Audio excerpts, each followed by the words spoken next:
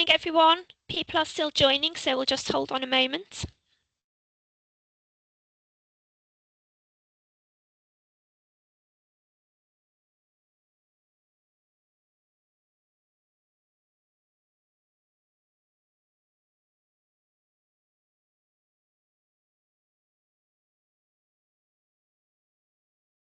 Okay, I think we can make a start then. Good morning, everyone, and welcome to today's session. A few housekeeping points before we start. The session is being recorded and will be available on the GW4 YouTube channel in due course. The plan is for each speaker will deliver their talk, and there will then be time for questions and further discussion at the end. So please add any questions you have to the Q&A section as we go along.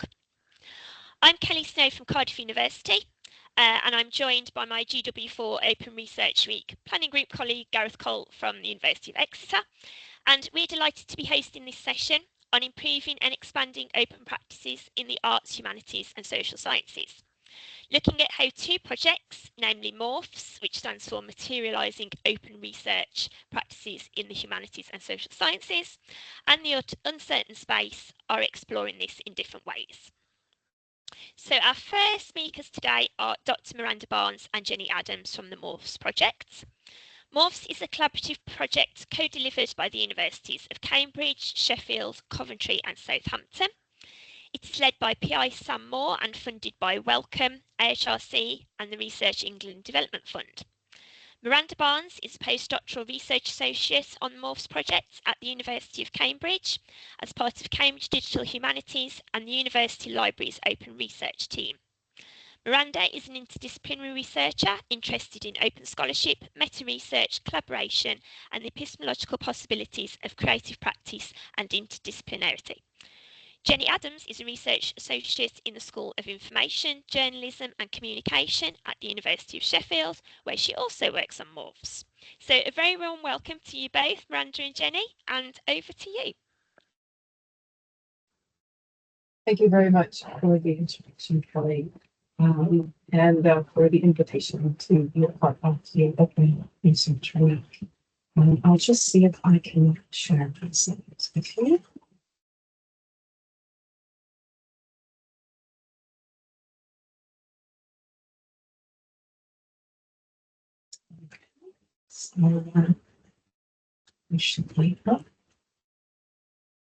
So thank you for coming to our presentation today. I'll just start out with a little bit about the team. We're an interdisciplinary research project across several universities, as we said. So Sam and I work at the University of Cambridge. Stephen and Jenny are at Sheffield.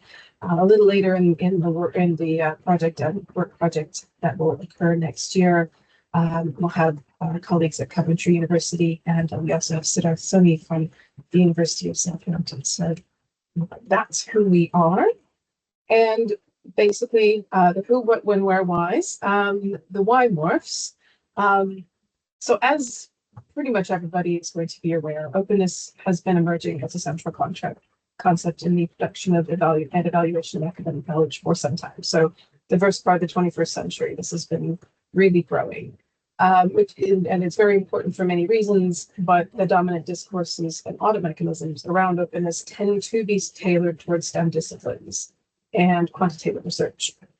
So this is, of course, challenging for disciplines on the other side of the coin, arts, humanities, and social sciences. There's a risk of marginalizing and devaluing the research types and areas that don't fit the models that suit STEM and quantitative research, as well as a risk that these researchers are alienated by language expectations that they don't find relevant. And there's been quite a number of studies and papers written about that. So in response, MORPH seeks to develop a nuanced conception of openness that is appropriate for the arts, humanities, and social science disciplines, and explore ways to materialize and sustain these practices.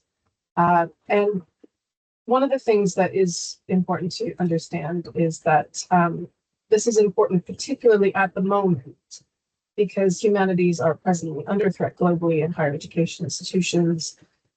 There's an increasing emphasis on quantitative measurements and automated assessment that threatens to deepen these inequalities.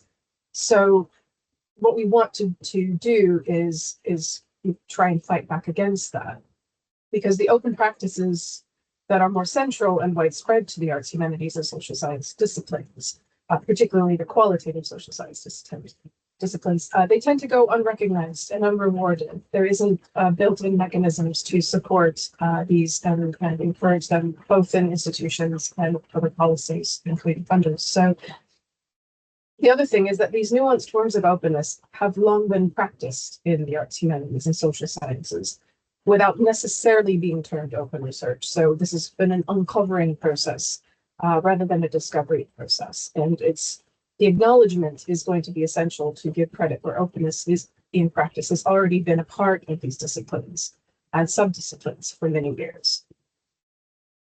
So part of where we began with our work on this is the UNESCO's recommendation on open science. So all of the bullet points under this are beyond just that sort of openly available, accessible, and reusable for everyone aspect of open research and open science. And I want to say too that, this is not a diminishing of the importance of open access, but that it is also important to increase collaborations and sharing of information, open the processes of knowledge creation, and include disciplines and aspects of scholarly practices. And also to build on several key pillars: open scientific knowledge, open science infrastructures, science communication, open engagement of societal actors, and open dialogue with other knowledge systems. So, we recognize that some of the things that we've uncovered, which Jenny will talk about later in more detail, the typology of openness and forms of openness, fell under some of these other areas and not just open access to materials. So the research questions that we began with are these. So where, how, and how successfully are existing discourses of open research or open science mapped onto research practices in the arts, humanities, and social sciences? So we wanted to see where these were fitting and being used, but also how and from what perspectives is that mapping resistant? So where did it not work? And then obviously that second part, the existing emergent and experimental open research practices that were already taking place in the arts, humanities, and social sciences, and looking closer at those to see what forms of openness exist in these practices and how these are specific to research types and disciplines. How can these add plurality and diversity to our broader conceptions of openness in research? And how might that understanding of openness in a more plural way help encourage those practices further? So this was the main sort of process that we took in terms of methodology. There was an initial literature review that consisted of systematic and exploratory research strategies, followed by targeted research around potential practices that were identified. And one of the things the reason we wanted to have that exploratory search strategy alongside the systematic one was because there are certain practices, again, that were not necessarily just labeled as open research practices, that had a dimension of openness to them. And if we had just stuck with the systematic review, we might have missed out on some of these. So the two main outputs so far are the catalog of these open research practices, which Jenny will be showing us more in a bit, and the report on the research findings. So a little bit about some of what we've uncovered. So we looked at sort of the arts and humanities and the social sciences as separate bodies of practices. However, we're aware and certainly we discussed how some of these sort of overlap and fold into each other. But in terms of the arts and humanities, some examples were insights into research processes, such as open documentation of creative methods, open materials, and experimental long-form publishing, which is also going to inform one of the other work packages on the project. Inclusive, accessible communication of research, such as academic podcasts, virtual exhibitions, and other forms of public scholarship. So not just access, but accessible to lay consumers or scholars. And then participatory and epistemic openness through community inclusion, such as with certain forms of communal and collaborative authorship, co-translation, types of open peer review practices, and co-production. And also opening up research evidence through approaches to sharing creative practice outputs and humanities-focused applications of linked open data, such as digital and narrative bibliography. So I'll hand over to Jenny here and to talk a little bit more about the social sciences. Thank you. That's fantastic. So in terms of the social sciences, then just as a reminder, we're primarily looking at qualitative social science work here. We uncovered a lot of practices relating to participatory and collaborative methods. So really where research involves members of the public or specific communities, and often at all stages of the research, from the design of research questions, the identification of those questions, through to the design of the study and the implementation of the research, and then the dissemination of findings. So these were practices like community-based participatory research and research practice partnerships, where academics are working with practitioners who may be teachers, for example, to address research questions in a particular area. We also explored ways of giving insights into qualitative research processes. So beyond just the question of open documentation of methods, which is included here, things like positionality and reflexivity, which are ways of giving insight into the processes and conditions under which knowledge was produced by reflecting on the kind of personal and interpersonal factors surrounding that. Things like documenting and disseminating failure was a really interesting one that we came across, where researchers in kind of qualitative ways, such as vignettes or transcripts, were finding ways to document where research hadn't worked out, how they'd anticipated it, and what were the kind of, I guess, learning points from that. And then a variety of ways of sharing research evidence. So again, kind of moving beyond the kind of unitary concept of this in the kind of canonical discourse of open science, where this would essentially be data sharing, to actually a whole bunch of practices that are kind of clustered around this, such as sharing qualitative data, but also sharing ethically fabricated data, where data needs to be, for example, made into kind of composite characters or masked in various ways, sharing creatively refigured data, such as research poetry or ethnodrama, and things like annotation for transparent inquiry, which is a kind of way of annotating a research article with snippets from the kind of underlying data. So a variety of different practices that go beyond this, and I will kind of indicate that in just a moment. So Miranda, if you could stop sharing, we're going to do a clumsy changeover of who's sharing. If you could stop sharing, and then I will start sharing, and hopefully this will work. Okay. So please tell me if you can't, but you should now be able to see the catalogue of open research practices that we created out of this work. And you can see, hopefully, as I scroll down, I'll just show you this filter part as well at the top. So you're able to filter by arts and humanities or social sciences. So say you're only interested in practices relevant to the arts and humanities, it will take away some, and vice versa. You're only interested in the social sciences. You can also filter by type of openness, and I'll say a little bit more about that in a moment. But if you scroll down, or if I scroll down, you can see that we have around about 30 practices in here at the moment. We're not considering this to be exhaustive. This is not, here is everything that's open in these disciplines, but we hope that it's a really useful starting point in kind of beginning some conversations around this. And we're very much open to suggestions of additional things that we could perhaps include. So for each of these practices, we just have a look at one. You'll see that there's a detailed description that gives kind of context and more rich information about what this practice is, how it would be enacted. There are details of further reading and resources, which often include things like toolkits, useful guidance materials. And then on the side here, we've got some examples. As you hover over, many of these examples have a note attached where you can read a little bit more information about how we feel this example might be significant or useful. So plenty of examples. Also these buttons or tags which indicate the kinds of openness that we think this practice demonstrates. And I'll say a little bit more about that in a moment. So just to have a quick look at another example, let's look at positionality, for example.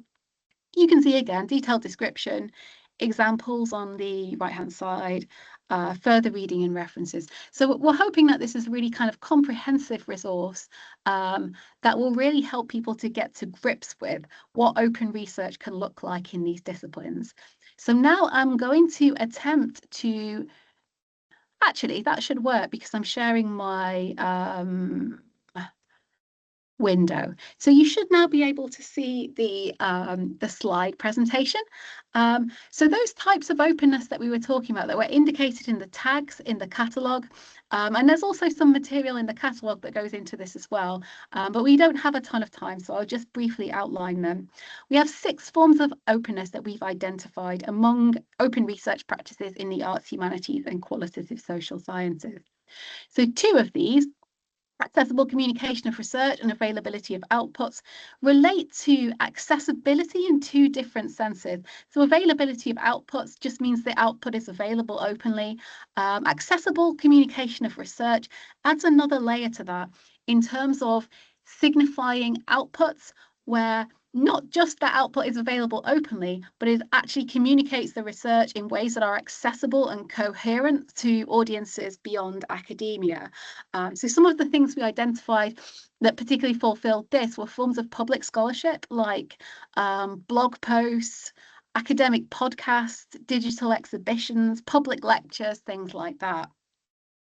Then we have 2 forms of openness, epistemic and participatory, that really relate to what feeds into that research process and who and what kinds of knowledge is it open to. So participatory openness is really well illustrated by some of those practices around co-production and participatory methods that really allow people from outside academia, so members of communities, participant groups, to enter into that research process and to have a shaping influence upon that. And epistemic openness as a related kind of openness refers to the valuing of the forms of knowledge that those individuals and groups outside academia bring to academic research. So we see this in participatory methods, but also in things like the application of the CARE principles, where the handling of data, for example, might be in line with the knowledge systems and value systems of perhaps an Indigenous community. And then on the other side, 2 forms of openness that really build a rich picture of research and move beyond just kind of open methods and open data to a variety of different ways of demonstrating the evidence that has been gleaned through the research, but also insights into the process. So these might include things like the open documentation of creative methods, or various kinds of peer review, open peer review, where that process becomes opened up to I guess to observation and to the interest of other parties. Okay, so I'm going to click on to the summary of our findings because we don't have a great deal of time. So we found that there's a diversity of open arts, humanities and qualitative social science practices that go far beyond the kind of canonical suite of open science practices. So open science typically centres pre-registration, open data, code and materials, but we actually found a lot more surrounding that and kind of branching out from that. We did find some counterparts to those familiar open science practices, but we often notice that they work in different ways. So, for example, pre-registration of qualitative research is a thing, but it's less to do with guaranteeing that you haven't deviated from an original plan, and it's more to do with kind of giving that insight into the research process at an early stage. There's also a diversity of forms of openness, as we've just tried to illustrate, that goes beyond just evidencing transparency or supporting reproducibility or sharing particular open outputs. And the appropriateness of a particular practice is contextually embedded. It's dependent on ethical and relational factors. What we mean by this is that you couldn't really say in all situations you ought to be doing X, Y, Z, where X, Y, Z might include, for example, data sharing, because the appropriateness of that in a qualitative context will depend upon things like the preferences, the needs, the interests of the communities whose data that you're working with. So the selection of open practices has to be situated, it should not be standardised, and it has to be aligned with the study's epistemic framing.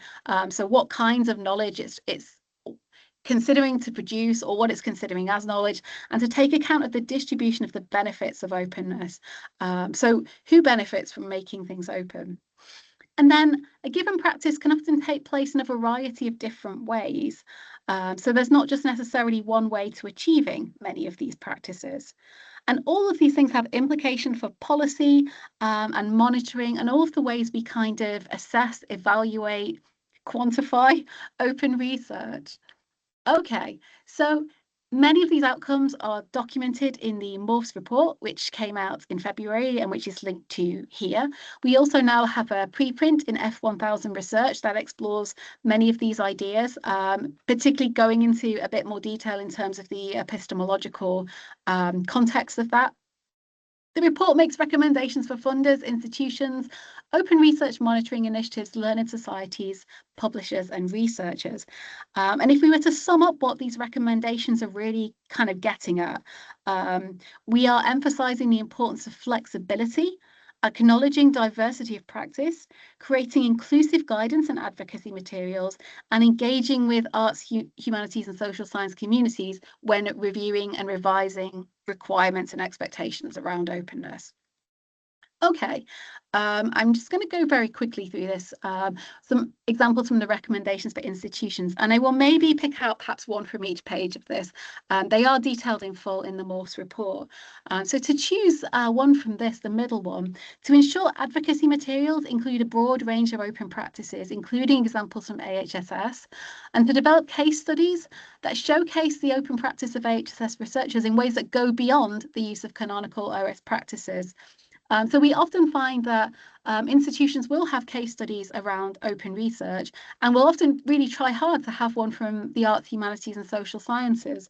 But often the selection of that case study or those case studies doesn't really reflect typical practice. It will be the one example that fits with the kind of canonical framework of open science. So to really increase the traction of those kind of advocacy materials with researchers in these disciplines, we suggest a kind of broader and more inclusive approach to the kinds of openness that are foregrounded there. And then to choose an example from this second page, perhaps the bottom one, we advise that institutions offer training on a diverse range of open practices, including training that's specifically targeted towards HSS researchers, but also training that's aimed at other disciplinary communities that likewise emphasizes a broad and diverse range of open research practices. So that we can begin to engage researchers at an early stage with what the possibilities are within their disciplines.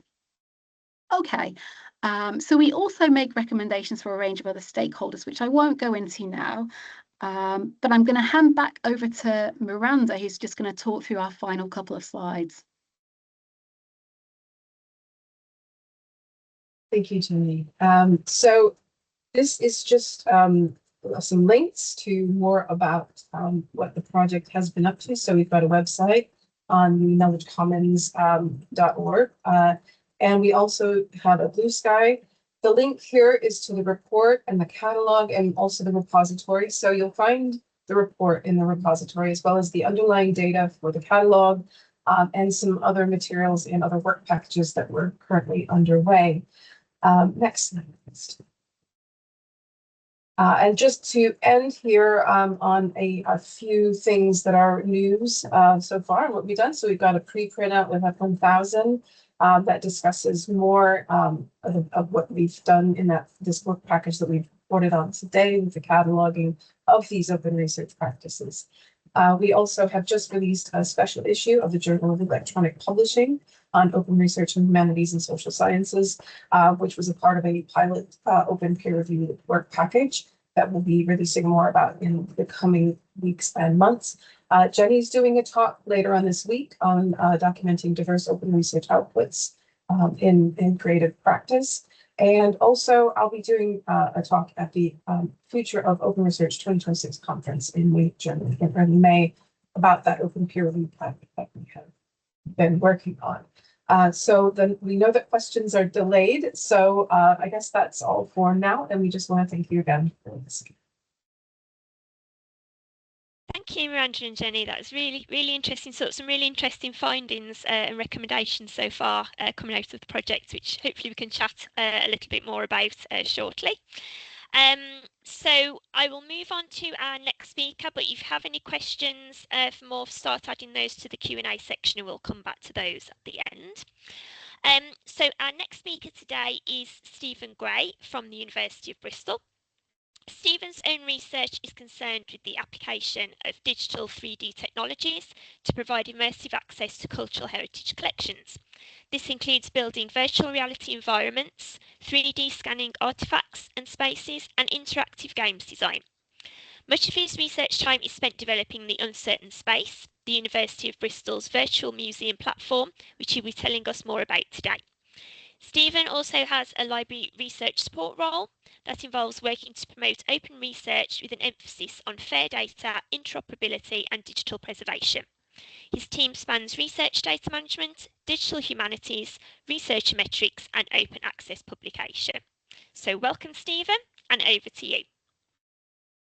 Thank you, Kelly. Yeah, I can already see some crossovers between what I'm going to speak about and the Morphs project, so that's great. So first thing I'll do is I will share my screen. I'm also going to try a live playthrough of a 3D environment as part of this presentation. So what could possibly go wrong? Let's be brave, give it a try.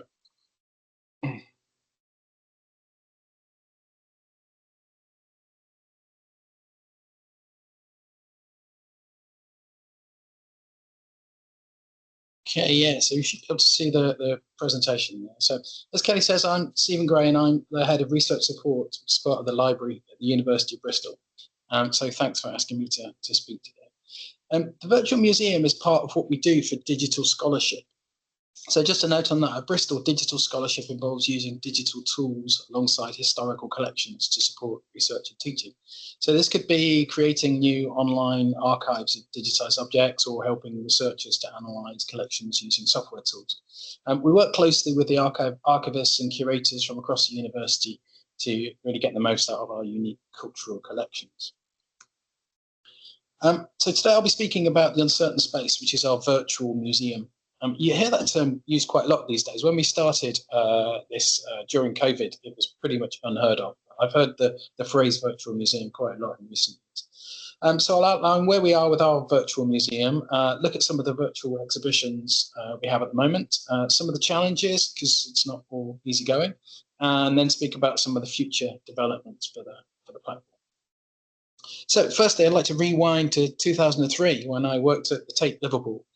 And part of my job was to document the exhibitions before they were dismantled and shipped around the world. And for this job, I was given a quite highfalutin at the time, digital, a single lens reflex camera. So just basically a camera. And that was what I was told to document these exhibitions with. Sometimes that worked, but most of the time it didn't work. So we had a conservation studio. Tate Conservation is still going strong. And it focuses on the items, the objects, the artifacts. What we didn't focus on was exhibitions. So I would come along with my digital SLR and do my best to document the artworks, which didn't really work. So at best, the context was sort of flattened out. It didn't support things like space or like time. But at worst, you really couldn't tell what was going on in the photographs at all. So now I'll kind of give some examples of that, even at the time when technology was not what it was today.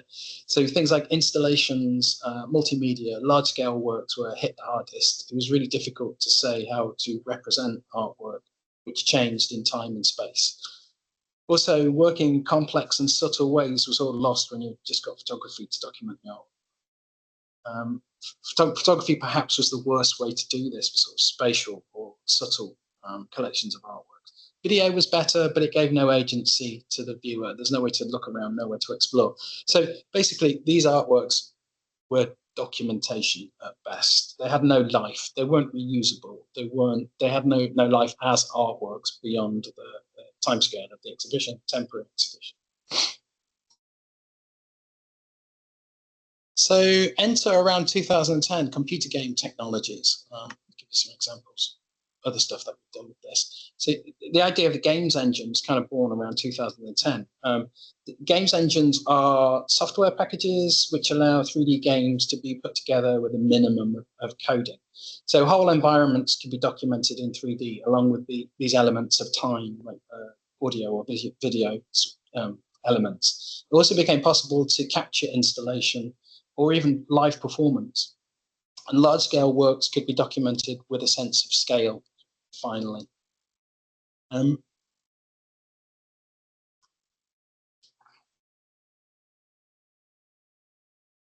Okay, so forward to COVID, when we put together our own platform for doing this.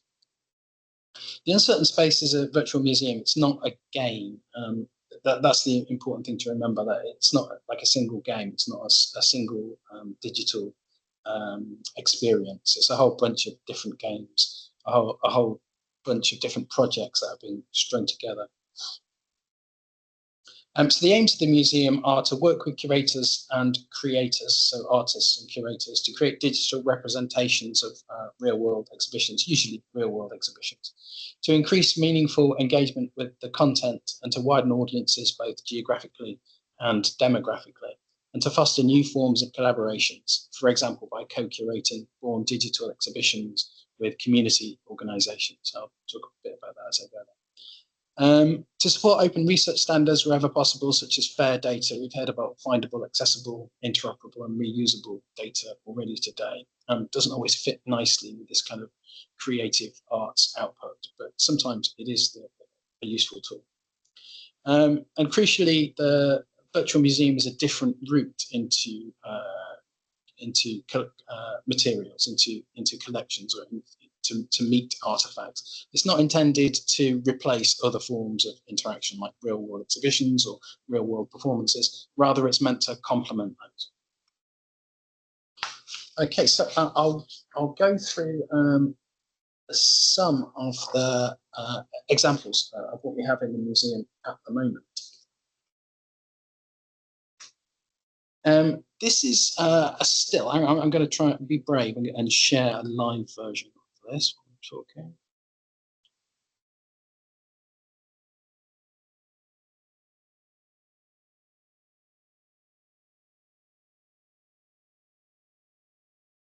Okay, so you should be seeing a live version of the exhibition of the Uncertain Space Museum. Now, hopefully you can see it and it's not 3 frames per second. It actually makes some sort of visual sense.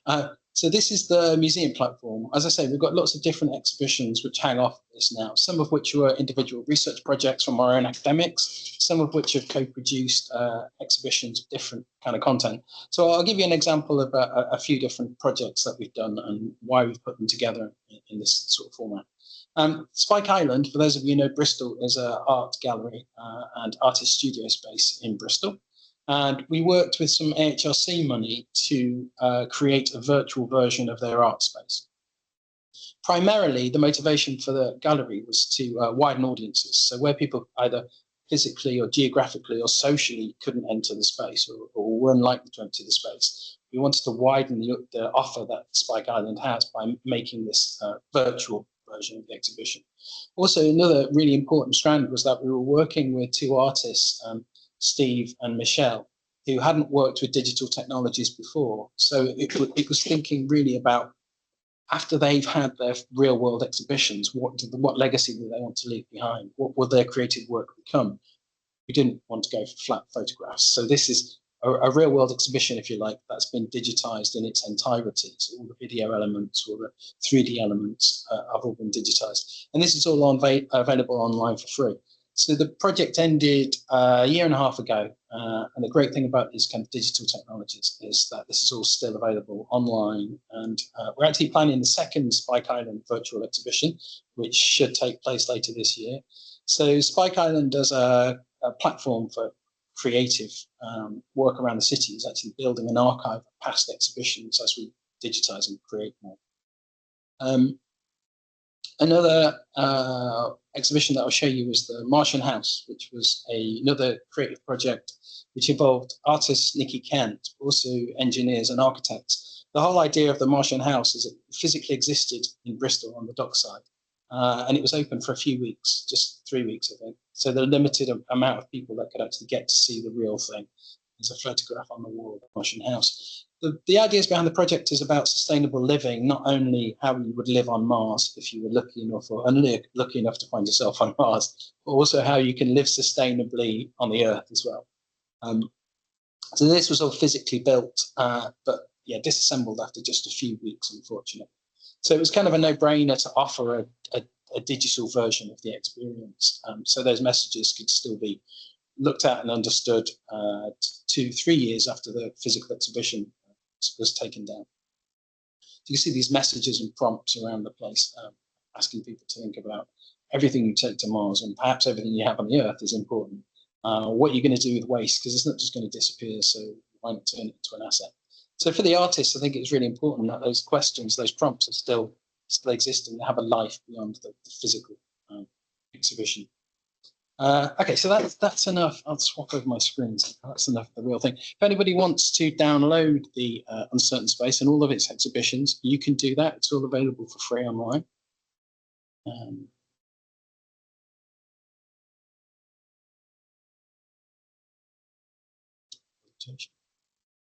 That was remarkably smooth. I don't know if you appreciate that. Whenever I try to do any live digital interactive exhibitions online, it seems to go terribly wrong. Oh, is there a question from Holly, actually? I saw her hand go up.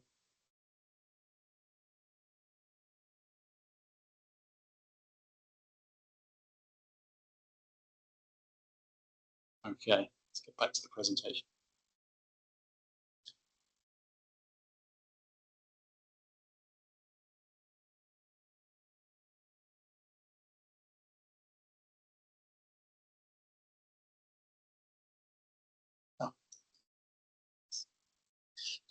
Okay, so I'll just whiz through how this is done. I'll show you the magic, if you like, and I'll show you behind the scenes. So to build a virtual exhibition, I could do a whole talk about the technical side of doing it, but essentially we 3D scan items, places with different types of 3D scanning technology. We use different games engines because we don't want to build anything on a proprietary system that's likely to disappear overnight. So, for example, we'll use games engines called Godot, Unreal Engine, and Unity. That's what we use at the moment.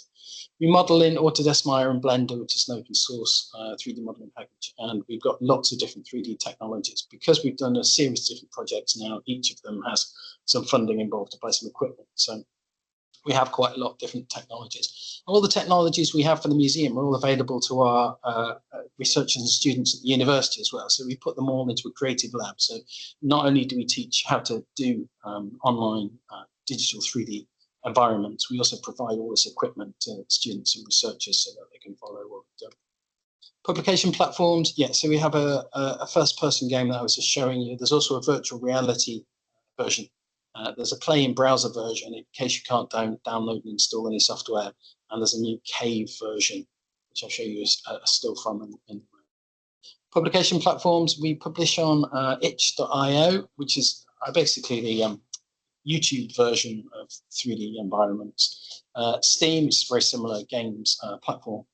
We publish assets from each of the exhibitions within the University Research Data Repository. And we've got VR headsets available, again, in the Creative Lab for people to come and use if they don't have their own headsets. And we've got dedicated gaming screens as well in the library spaces at Bristol. This is a still from the Cave version. I don't know if anyone's experienced a Cave, but it's a multi-user virtual 3D environment. So it's as close as you can get to bringing a real sense of space or an exhibition or an installation to someone without physically rebuilding it.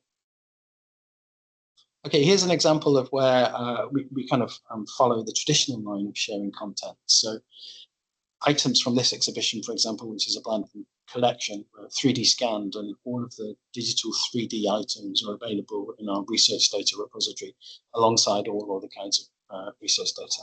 So sometimes those kind of more traditional routes to get university content out to people can work with this kind of content. I won't dwell on the impact, but it's all been quite good. We've got quite a lot of small research grants out of this, and we get a lot more people engaging with the content than we would if we just put it in a research data repository and expected them to come to us. Where it works really well for me is when we go out into the city to non-academic contexts and we take the games with us and we get people that don't even know what university does looking at our content and enjoying it because of that novelty of turning it into a computer game like Explore. But it's not all easy going, and there are some difficult questions to be asked and answered along the way. I'll just check the time. Still going for the moment. So some of the biggest challenges I've pulled out are sustainability, digital preservation, reliability and accuracy of what you see in front of you, and interoperability. So on sustainability, we don't want the virtual museum to be abandoned and forgotten. A lot of time and work has gone into building it, and we have responsibilities to keep the virtual doors open as long as possible.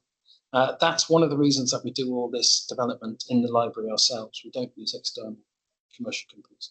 I see that virtual curation is an important professional skill in libraries, archives and museums as well, deserving the same kind of care and hard work as real-world curation, which historically hasn't really been the case. So we've got a board of governors for the virtual museum, and we provide accountability about how and why we make decisions along the way. It's not just a done deal that we put in front of people as a finished product. Digital preservation. Related to sustainability, of course, digital experiences are hard to preserve. Technologies become obsolete very fast. In an attempt to overcome this, we use open code and open formats wherever possible. We diversify any commercial technologies we used. I talked about those 3 different games engines so far. We also go in for a significant properties model. So at one point, we had to migrate the entire museum to a different platform. So we looked at what was important to the museum, and then we tried to copy over those important factors to a different technological platform. Reliability and accuracy is perhaps one of the biggest questions. It's quite easy to make something seductive, but is this a reliable version of what once existed within the world? Is it accurate or is it factual?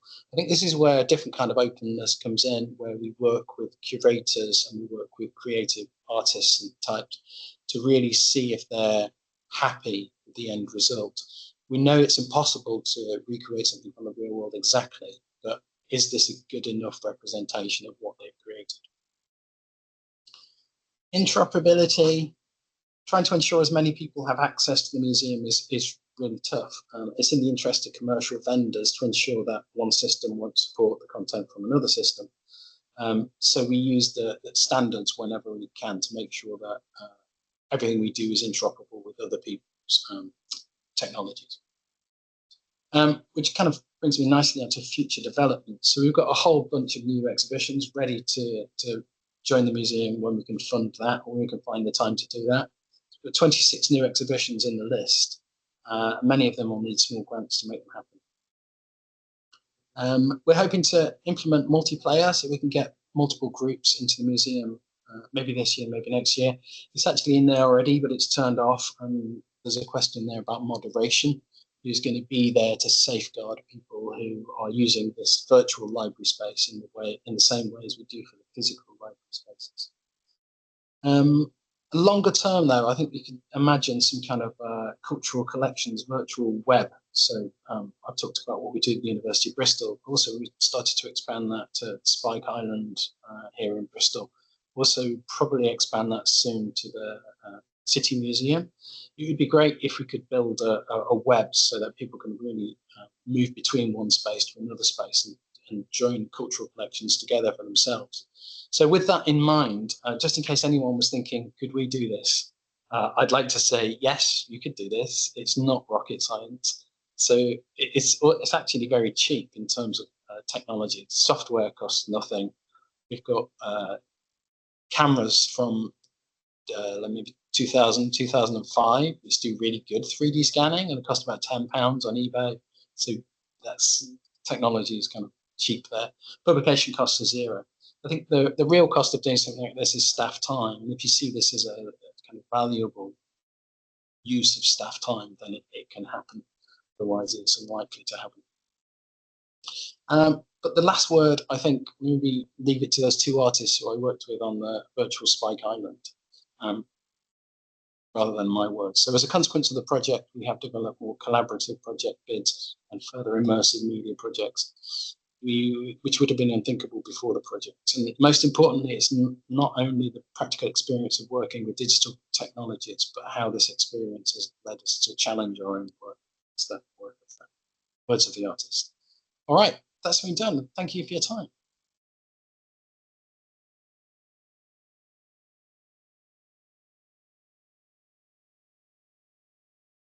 Thank you, Stephen. Thank you, Miranda and Jenny as well. I can't see any questions in the Q&A yet. I don't think there are any in the chat, apart from to say excellent to all speakers. So whilst people are kind of just waiting and either writing questions, or if you're feeling brave enough, please do raise your hand, and we can link you in that way as well. I'll take question chair's privilege in that sense, and go first if I may. So I'll start with kind of Miranda and Jenny.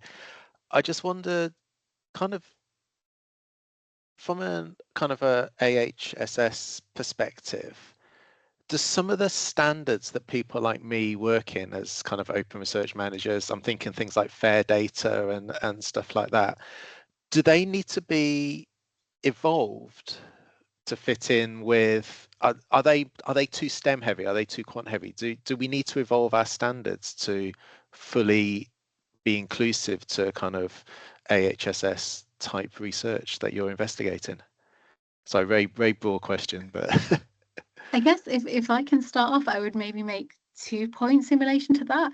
And the first would be that perhaps is not that they need to be kind of, you know, shoved to one side or anything like that, but maybe they need to be balanced against other sets of standards and other kind of sets of priorities that might be relevant to research in AHSS. So, for example, the FAIR principle, I mean, it's just maybe like is not a new opposition or balancing act, but the FAIR principles very focused on what we can do to optimize the availability and reusability of data. Yes, there's the kind of as open as possible, as closed as necessary, but the CARE principles, which emphasize the kind of ethical dimensions of how data is handled, and also the fact that data is not necessarily ethically / morally the researchers to do what they want with as well, throws a kind of complicating element into the mix that I guess is perhaps more relevant in research with participants and in research kind of in the sort of heritage sector as well.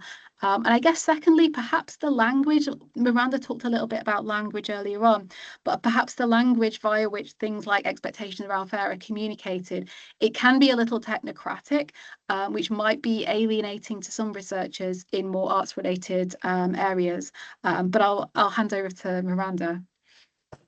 Thank you, Jenny. I guess I just wanted to add that, you know, I don't think it's like, you know, the people who work in open research have been doing anything wrong, or that they need to be, you know, massaged in one direction. It's that I think the dominant culture really of open science has just focused on these specific sets of practices for so long that, of course, they've been championed. They are inherently, good in many ways.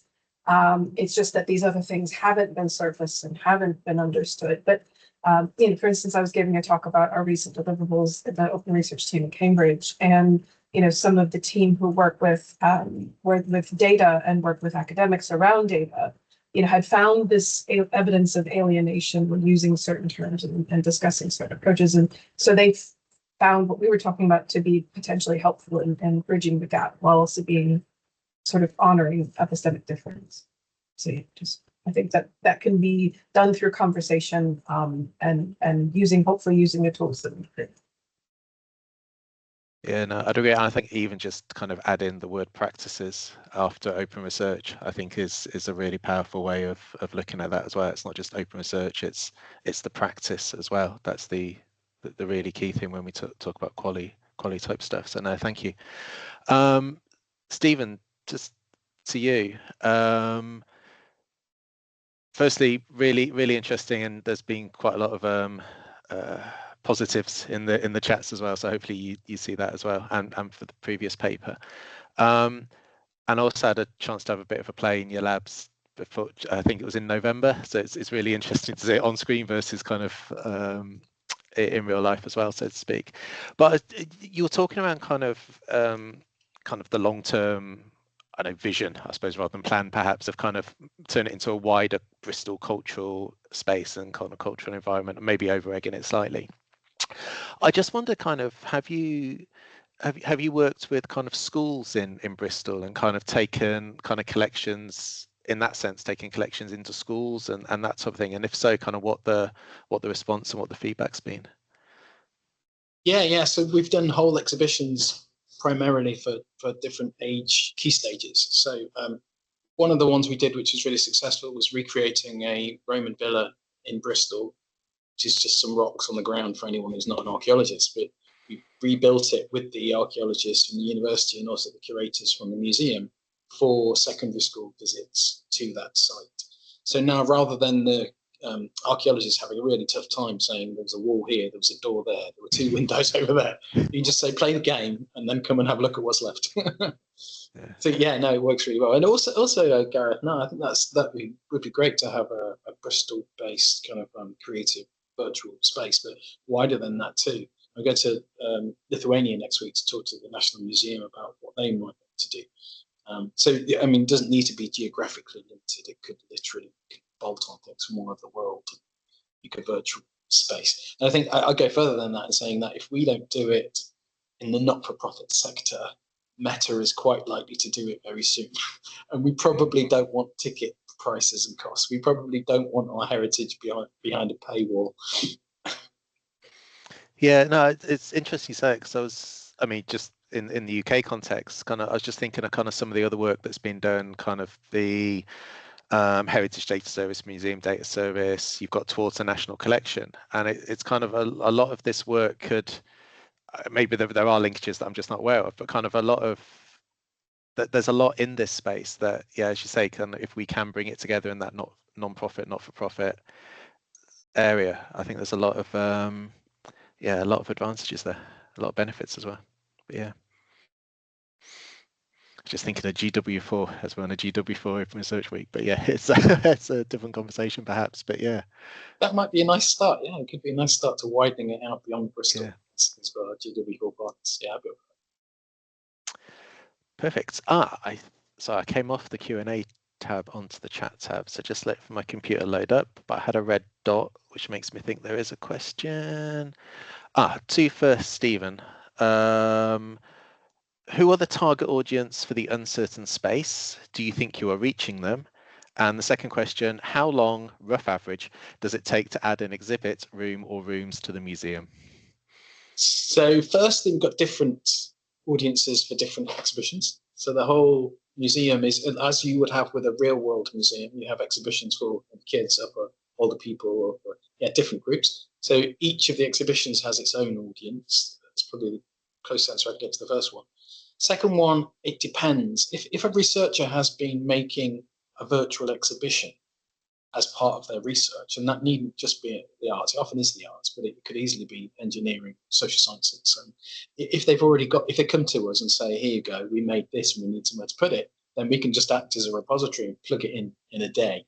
But if they say it's a real world exhibition, you have no digital version of it, you're going to have to build it from the ground up. It could take, I think the longest we've taken is probably the Roman villa, and it was maybe 3 months worth of work spread over 2 years. So it can take an awfully long time, or it can be quick, depending on what you start with. Start small. Yeah, for sure. If you know kind academics who are looking for a platform, so rather than just saying here's our research data repository, stick it in there, it's a nice one to be able to go, oh, you're working with something spatial. So like archaeology, for example, they scan their digs routinely anyway, but they may not have an ideal way to share those scanned digs. So yeah, there are low-hanging fruits with stuff you can include in a virtual museum. Perfect. Just let's wait for a couple of others. I'll have another question, if I may, to kind of Miranda and Jenny. As I asked this with a historian hat on at the same time as an open research hat, but why do you think the canon is basically STEM when it comes to open research? Why are they the dominant standards, processes, thinking? Sorry, a very broad question, but I mean, Miranda, you mentioned kind of the challenge of hums and stuff, but I wondered whether is it related or is it something different? Well, I mean, I think obviously, Jenny, both of you correct me if I'm mistaken, but I think it's partially because the open movement kind of began, I think, in science, like the STEM subjects. I might be wrong, but that was my understanding. And so I think maybe, something originates in a certain epistemic framework that might be, but I also think that, it's with certain types of science practices, it may just be easier to make things open. And so that may be part of it too. But Jenny, do you have any sort of thoughts around that? Because that was sort of my understanding, but. Yeah. I mean, if you look at things like archive and things like preprint sharing and high energy physics and things like that, you could relate that to disciplinary norms or necessity around how quickly new information and new research is shared, whereas we tend to operate on different kinds of timescales, particularly in the humanities, in terms of the length of scholarship as well, and the fact that like an output is often a book that you might work on for several years. There's less of this kind of sense of get this out there. Somebody builds on that cumulatively in the same way as well. Do we have that same sense of cumulative scholarship? Perhaps not. And I guess as well, so that's maybe the positive side of it, and then as well the kind of reproducibility crisis happening in a kind of a science context. But it looks like Stephen has something to add. Okay, I would just want to add one more thing to that, because I think it's really important that there is a sort of dark tendency in research and higher education, in some sectors, to think that science is the legitimate research. It is the legitimate way of finding knowledge.